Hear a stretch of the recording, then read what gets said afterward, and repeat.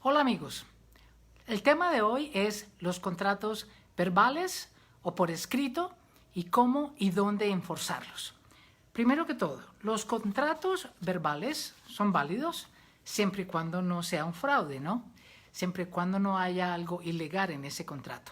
Pero tiene que haber tres partes importantes. Primero, tiene que haber una oferta. Segundo, tiene que haber alguien que la acepte. Y tercero, ambas partes tienen que beneficiarse de ese contrato. La mayoría de los contratos verbales son entre familia, amigos, personas de confianza y por lo general si se van a la corte es qué dijo él o qué dijo ella, ¿cierto? Son difíciles de enforzar, pero se pueden enforzar. Y a lo último realmente es quién puede dar una mejor versión o quién tiene algunas evidencias de ese contrato verbal que se hizo. Entonces, como estos son la mayoría de los contratos, vamos a hablar un poco de dónde se enfuerzan y cómo se hacen. Bueno, primero que todo, existen unas cortes, por lo general son pequeños contratos. Existen unas cortes aquí en los Estados Unidos que se llaman las cortes de los pequeños reclamos, Small Business Court o Small Claims Court, ¿cierto? Tienen más o menos esos nombres y usted lo puede poner en el internet y pueden encontrar las cortes de pequeños reclamos. Todas las cortes tienen un límite. En Nueva York es $5,000, creo que en Texas es $8,000, creo que en California son $10,000. O sea que ese contrato verbal o por escrito no puede ser más alto que esa cantidad. Si lo es, el caso no lo acepta la pequeña corte de reclamos y lo mandarán a la corte civil, que ya es otro juego. Bueno, cuando usted quiere demandar a alguien, es por dinero, ¿cierto? Usted no puede demandar a alguien para que haga algo que estaba supuesto a hacer.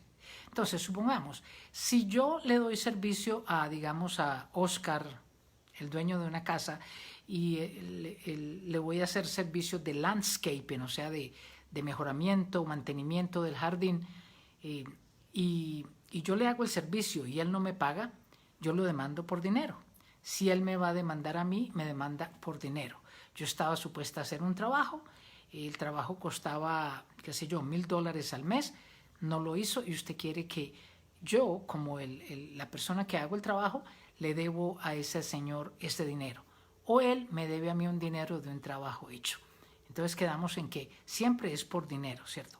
Nunca es por dolor, por humillación, por angustia. No, esa clase de demandas no son para la pequeña corte de reclamos. Recordamos que los Estados Unidos tienen 50 estados, cada estado tiene muchas ciudades, cada ciudad tiene condados. Esos condados cada condado, o sea, cada área dentro de esa ciudad tiene sus propias cortes locales. Ejemplo, el área metropolitana de Nueva York son 5 condados. Y esos 5 condados, cada condado tiene su corte de inquilinato, criminal, de familia, de divorcios, etcétera, etcétera. Entonces, para que tengan eso en cuenta, que ahí es donde empieza como la investigación de qué es lo que va a hacer. Bueno, cuando usted llega a la corte, donde el secretario de la corte le dice, yo quiero demandar, vamos por un ejemplo, yo, Mercedes Cano, hago trabajo de limpieza de jardines y yo quiero demandar a Oscar Jr. porque yo le hice un trabajo y él no me lo quiere pagar. El trabajo cuesta $5,000 porque estamos en el estado de Nueva York. Entonces, yo voy donde el secretario de la corte y le digo, quiero entablar una demanda a Oscar Jr. ¿Qué necesito? El nombre, la dirección, idealmente el teléfono, idealmente el correo de email. Pero si tengo al menos la dirección y el nombre de la persona, en Nueva York cuesta como $35 entablar una demanda en la pequeña corte de reclamos. Voy allí y le digo, estoy demandando por servicios prestados, Oscar Jr. me debe $5,000. La corte notifica a Oscar Jr. y a ambos nos manda a llamar para que comparezcamos en esa corte. Les voy a decir, no sé en las demás ciudades, pero yo me imagino que deben de ser muy parecidas. Son miles de personas demandando otras miles de personas. Las cortes pequeñas de reclamo por lo general tienen sesiones en la noche. Algunas municipalidades son de día, pero en Nueva York es en la noche. Creo que tienen un día de día, pero la mayoría son tarde en la noche. Entonces la corte notifica a Oscar Jr., me notifica a mí que vengamos a comparecer frente al juez. Una vez yo llego a la corte, puede ser, yo puedo arreglar con Oscar Jr. en los corredores de la corte. Podemos entrar a un arreglo, bueno, Oscar, usted me debe 5,000, yo necesito que me pague. Y Oscar puede decir, tengo 3,000. Les voy a decir, a veces es mejor recibir los $3,000 ahí en ese momento, ir a la corte, ir a donde el secretario de la corte y decir, arreglamos por 3,000, aquí tengo la plata, quiero desestimar este caso. La corte lo llama, dice el caso se arregló, terminado, no hay más demanda, ¿cierto? O sea que ya no queda nada pendiente. A veces es más fácil, más efectivo hacer eso que no todo el proceso que les voy a contar. Resulta que no hubo un acuerdo en los corredores de la corte y nos llaman frente al juez. Llaman Mercedes Cano, yo digo presente, yo soy la demandante, Oscar Jr., el demandado, él dice presente. El secretario de la corte nos llama y nos dice, ¿ustedes quieren ver al juez? ¿O quieren ustedes, ver a un arbitrador? La diferencia es, si usted ve a un arbitrador, puede que lo vea esa misma noche. Y la decisión del arbitrador, que es un abogado con un poco de experiencia en estas cosas, la decisión de ese arbitrador, usted no la puede apelar. Si el arbitrador no le creyó o dice que el trabajo realmente que usted hizo vale $1,000 en vez de los 5,000, esa es la última decisión. Pero se puede arreglar esa misma noche. Ahora, si es que usted dice, no, yo no quiero el arbitrador, yo quiero ver al juez, tenga presente que va a tener que estarse presentando a la corte por lo menos, en mi experiencia, de 3 a 4 meses, hasta que finalmente el juez tenga tiempo de vernos, porque de nuevo son miles y miles de personas. Ahora, si usted está en una municipalidad que es pequeña y usted ve la primera noche que solamente hay 20 personas, 30 personas, ya es una cosa diferente. Pero en las grandes ciudades es miles y miles de personas. ¿Qué necesita usted? Usted necesita tener más de 18 años y alguna identificación, ¿cierto? De que yo me llamo Mercedes Cano para poder ir a la corte. No necesita necesariamente papeles. Una corporación puede demandar a una persona o una persona puede demandar a una corporación. En la pequeña corte de reclamos de la corporación se necesita un oficial de la corporación, una persona autorizada para hacer esto. Si el caso es mandado a la corte civil, la corporación necesita tener un abogado. Ya es otro juego como hablamos antes. ¿Qué pasa cuando usted notifica a una persona de que la demanda en la pequeña corte de reclamos? Esa persona tiene 5 días para poner una contrademanda y decir, a ver, el servicio que me dio Mercedes Cano de jardinería no me gustó. No apareció cuando tenía que hacerlo, no me gustó el trabajo, me hizo daños. Esa persona tiene 5 días para hacer una contrademanda. Y la corte los acepta a los dos para que hagan pues el argumento a ver quién es la persona que tiene la razón. Cuando usted da la dirección para la pequeña corte de reclamos, a quién va a servir, a quién va a notificar, no puede ser un P.O. Box. Tiene que tener la dirección de la persona. Todas estas pequeñas cortes de reclamo tienen algo que se llama el Comité de Resolución de Disputas. Ahí me perdonan un poquito el español. Se llama Community Dispute Resolution. Son como unos grupos que existen donde le pueden resolver la situación sin necesidad de demandar. Y es gratis, no le cobran. Usted puede empezar ahí la demanda. Ir allá y decir, mire, yo tengo este problema, este señor me debe $5,000, yo quisiera tratar de arreglar por las buenas. Y la Community Dispute Resolution llama a la otra persona para ver si pueden arreglar. Es una forma de hacerlo más amigable y quizás que se pueda resolver las cosas más rápido, porque la pequeña corte de reclamos tiene que prepararse a tener mucha, pero mucha paciencia. Lo puede lograr y lo he hecho anteriormente cuando practicaba en estas cortes, pero es una corte que se demora porque es mucha gente, especialmente en las grandes ciudades.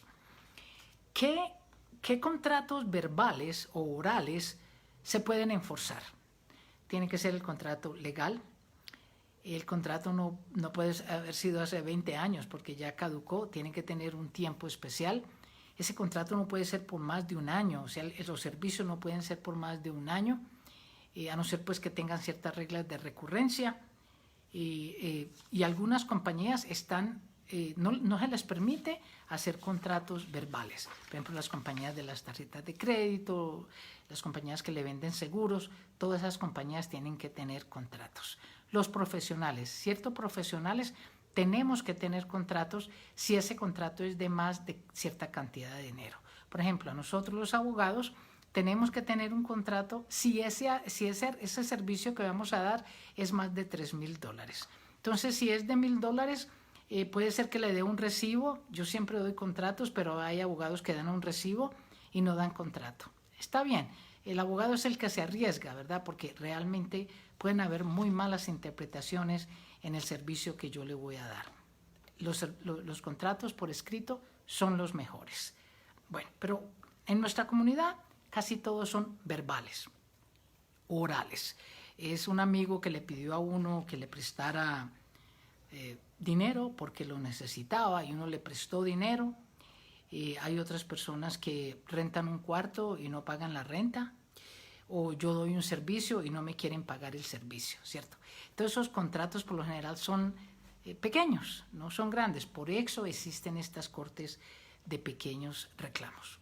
Las pirámides, que son a veces muy comunes en nuestras comunidades, son ilegales, ¿cierto? No se permite enforzar. Usted no puede ir a la corte a enforzar un contrato ilegal. Entonces las pirámides, esos dineros que se recogen en cadena, no se permite demandar en una corte de pequeños reclamos. Bueno, entonces tenemos que va a ir a la corte, va a ir a empezar la demanda de los pequeños reclamos. La corte le va a servir a la persona, los van a llamar para ver al juez. Ustedes escogen si ven al juez o al árbitro. La gran diferencia es que la decisión del árbitro no permite una apelación. Y vamos al caso de que llegó el día en que usted podrá ver al juez. No quiso el árbitro porque usted quiere tener la opción de apelar la decisión del juez. ¿Cómo trabaja eso? Entonces yo voy a la corte, Oscar Jr., al cual estoy demandando, dueño de casa, también va a la corte. Nos llaman, Mercedes Cano, presente, la demandante. El demandado, Oscar Jr., estamos presentes, vamos a ver al juez. Finalmente, después de 3 o 4 meses, en una corte de una ciudad, podemos ir a ver al juez. ¿Qué pasa allí? Tomo juramento y voy a contar la historia. ¿Cuál es la falla en esta pequeña corte de reclamos? Porque no hay jurado, es una cosa pequeña. El que se prepara mejor para dar un testimonio más exacto, más contundente, más certero, es el que gana, ¿cierto? Si yo voy a ir a la corte frente al juez y yo empiezo a ver, señor juez, este señor Oscar Jr. me contrató, pero yo no me acuerdo cuántas veces fui, yo creo que yo fui en enero y febrero, pero realmente yo no... Si usted empieza así, está mal, porque el otro posiblemente tenga una mejor versión. Y va a sacar el celular y le va a decir, señor juez, yo aquí tengo las fechas en que estábamos supuestos a hacer esto y lo más allá, o aquí tengo un papelito, o en el mismo celular yo grabé y aquí están las fotos, aquí están los videos del trabajo que él hizo o que ella hizo, un mal trabajo, me hicieron daño. El que tenga una versión más organizada, más acertada, es la persona que va a ganar con su versión frente al juez. Vamos al caso de que yo esté muy organizada. Tengo fotos a colores, tengo videos, tengo testigos en el público, grabé en mi teléfono las veces que conversé con el dueño de la casa, tengo todo súper organizado. Gané y el juez da un dictamen, que es una orden, $5,000. Oscar Jr. me debe $5,000 por servicios prestados. Y el hombre no apela. Pasaron 30 días y el hombre no apeló. Entonces, esa orden con la que yo salgo de la corte feliz con mi orden, ese papelito de $5,000, ahora tengo que buscar quién me enfuerce esos $5,000. La corte no enforza. La corte lo que hace es escuchar ambas partes y dictaminar quién tiene la razón. le da el papelito, se llama un judgment, es bueno por 20 años y usted tiene que buscar cómo enforzarlo. ¿A dónde usted va? Aquí en los Estados Unidos, en la parte norte east de los Estados Unidos, llamamos a ese enforzador un marshal. Es el marshal, ¿cierto? Es un oficial de la corte que trabaja para la corte, pero que va a hacer unos servicios oficiales. En la parte sur de los Estados Unidos me he dado cuenta que se llama el sheriff. El sheriff es el que va a enforzar ese papelito que el juez le dio. ¿Qué necesita usted? Cuando llega donde el marshal le dice, bueno, qué bien, $5,000. Ok, bueno, entonces, ¿dónde está la cuenta de banco de Oscar Jr.? Yo no sé, señor marshal, yo no sé, señor sheriff. Tiene que buscarla. Aquí en los Estados Unidos utilizamos mucho los investigadores, los detectives, que usualmente son policías retirados y hay que pagarles. Entonces yo le tengo que decir, mire, por favor me busca en todos los bancos a ver dónde este señor Oscar Jr. tiene la cuenta de banco, o vámonos alrededor de donde vive, que debe estar cerca. Entonces usted necesita volver a la corte y hacer un papeleo de nuevo para poder pedir lo que se llama una subpoena. Subpoena es una orden de la corte para poder obligar a los bancos que le den información de las cuentas de banco de este señor. O sea, otro papeleo, otro proceso para poder que ese detective le escriba y haga pues que le den todos los récords de los bancos. Y si tiene suerte, encuentra los bancos. Una vez que encuentran los bancos, usted se los lleva al sheriff o al marshal y ellos van a la cuenta de banco con los papeles de la corte y congelan los fondos de esa cuenta y congelan 3 veces la cantidad. O sea que si la demanda era por $5,000, congelan $15,000 en la cuenta de banco de esta persona. Ahora esperemos que tenga los $15,000, ¿cierto? Y se usan diferentes estrategias, esperar a que la persona reciba fondos de regreso de los impuestos, o si nos enteramos de que tuvo un contrato. El asunto es que tenga los $15,000 en esa cuenta de banco. Y entonces así a usted no le van a dar los $15,000, pero sí le dan los $5,000 más gastos. Esto es importante en las pequeñas cortes de reclamos.